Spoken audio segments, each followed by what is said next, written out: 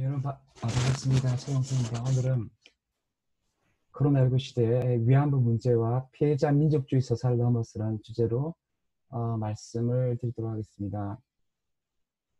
제가 신문 기사를 보니까 이런 게 있더라고. NL 호객군 성서로 위안부 마케팅 좌판 걷어치우라. 이게 신동아인데요. 2020년 6월 14일 내용인데요. 이제 이 기사가 뭐냐면 수많은 위안부들의 실존을 단일한 서사로 보이겠다는 거죠. 그리고 입맛에 맞지 않는 견해는 역사 수종주를 딱지를 붙이고 NL 운동권, 그러니까 민족해방운동권이 위안부 운동하고 약간 연결되면서 너무나 피해자 민족주의 서사를 이제 강조하고 있다는 거죠. 그래서 이제 그런 이제 그 내용을 이제 하고 있는데 아, 그,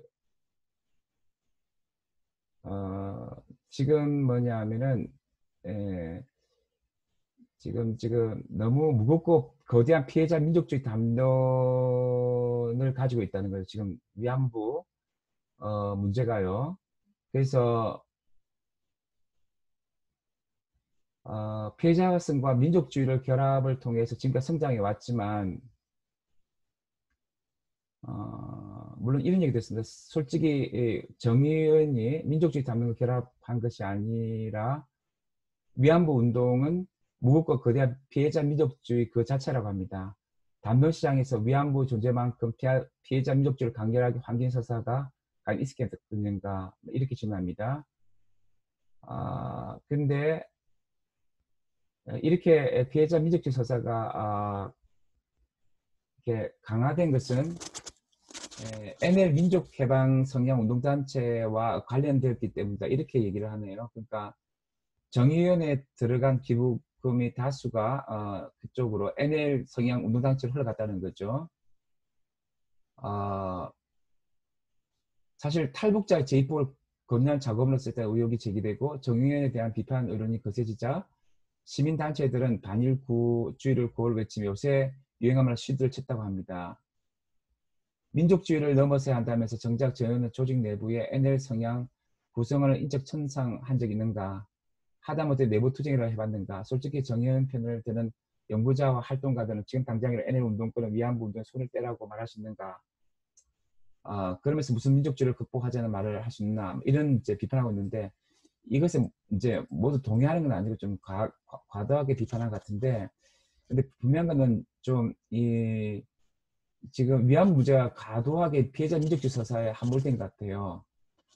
그래서 이게 어떤 문제가 있는지 좀 제가 다른 예를 가지고 설명드릴게요. 옛날에 우리나라 이제의 아까 김학순 할머니 위안부 피해자는 1991년도였고 서울대 신조교죠. 그분이 몇 년도였죠? 그분도 90년대죠. 90년대에 그런 문제가 있었죠. 91년도인가? 그게 언제였죠? 93년도 같은데, 그죠?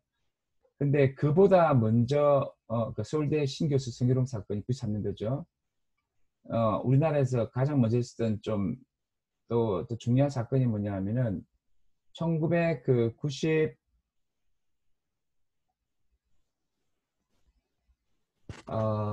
1986년도에 우리나라 이제 막 민주화 투쟁했을 때 권위숙 사건이 있습니다. 근데 이 사건이 뭐냐 하면은 이 성희롱과 성폭력을 마르크스주의 형태로 이렇게 해석을 해내요. 그래서 그러니까 성희롱과 성폭력을 어떻게 해석하냐 하면은 그때 권인숙 동료 거처를 밝혀달라는 문기동 형사에 의해서 성고문을 당하게 되는데 성고문 경험을 구조학과 운동적 양심의 대치 속에서 위치시키면서 성고문의 폭로를 운동적 양심을 살린 것으로 파악했다는 거죠. 이때 그의 정체성은 노동자인데 성고문의 경험을 노동운동에 대한 공권력의 탄압으로 보면서 성폭력을 구도를 보는 것을 모호하게 만들어버린 거죠. 즉 성고문의 성적 추행 내용이 중요한 것이 아니라 노동운동 탄압이 중요하고 성고문은 반민족, 반민주주의, 역사성에서 의미를 갖는 물리력이 되어 가부장제 구도에서 의미를 획득하지 못하는 그런 문제가 있다는 거죠. 그래서 이제 사실 권인숙은 80년 여연이란 그 올해 여성상 수상자 선정되면서 이런 고백을 하게 됩니다. 성공원 자체를 해서 꼭 하고 싶은 말이 있습니다. 그것은 우리 여성들이 강간에서 강제추행 같은 종교관념을 압박하면서 공명태에 대한 반발과 저 개인의 동정심 애석으로 이 사건을 축소시키는 경우 되었습니다. 그러나 보다 중요한 건 노동운동 탄압을 위해 여성 노동자의 공문으로 선택추행을 가했다는 것입니다. 그래서 이 고백은 뭘 얘기하냐면은 이 권익 사건에는 결국 마르크스 페미니즘의 관점으로 성희롱 문제를 푸는데 이 역기능적으로 작용했다는 거죠. 왜냐하면은 이런 이제 이것을 여성 산업 노동자의 문제에만 지나치게 집중한다든지 사회혁명 이후에 나타나는 여성 문제를 이데올로기적 잔재점에 폄하하는 문제점을 갖고 있는 거죠. 그래서 여성의 재생산이나 성과 지수에 관련된 낙태, 피임, 매춘, 성희롱, 강간 등의 같은 주제를 모호하게 다루면서 식민하거나 재생산에 대한 여성 노동의 사회적 필요성을 인정하면서도 그에 대한 세밀한 분석을 결여하고 있는 문제점을 가지고 있었죠. 그러니까 요것처럼 이제 제가 뭘 얘기하고 싶냐면은 이 지금까지 우리나라의 그 정의회에서 했던 그 위안부는 너무 이제 민족주의 담론에 함몰됐다는 거죠. 그래서 이것이 이제 굉장히 이제 문제있다는 거죠. 그래서 이제 물론 이제 정의의 문제, 돈 문제도 있고 막 여러 가지 있지만 어떤 이데올로기적 패러다임이 너무 그 뭐냐면은 민족주의와 반일주의의 자판을 이렇게 버린 것이라는 거죠. 그걸 가지고 호객을 또 삼은 것도 문제되겠지만, 그래서 우리가 이제 좀 성찰적이 된다.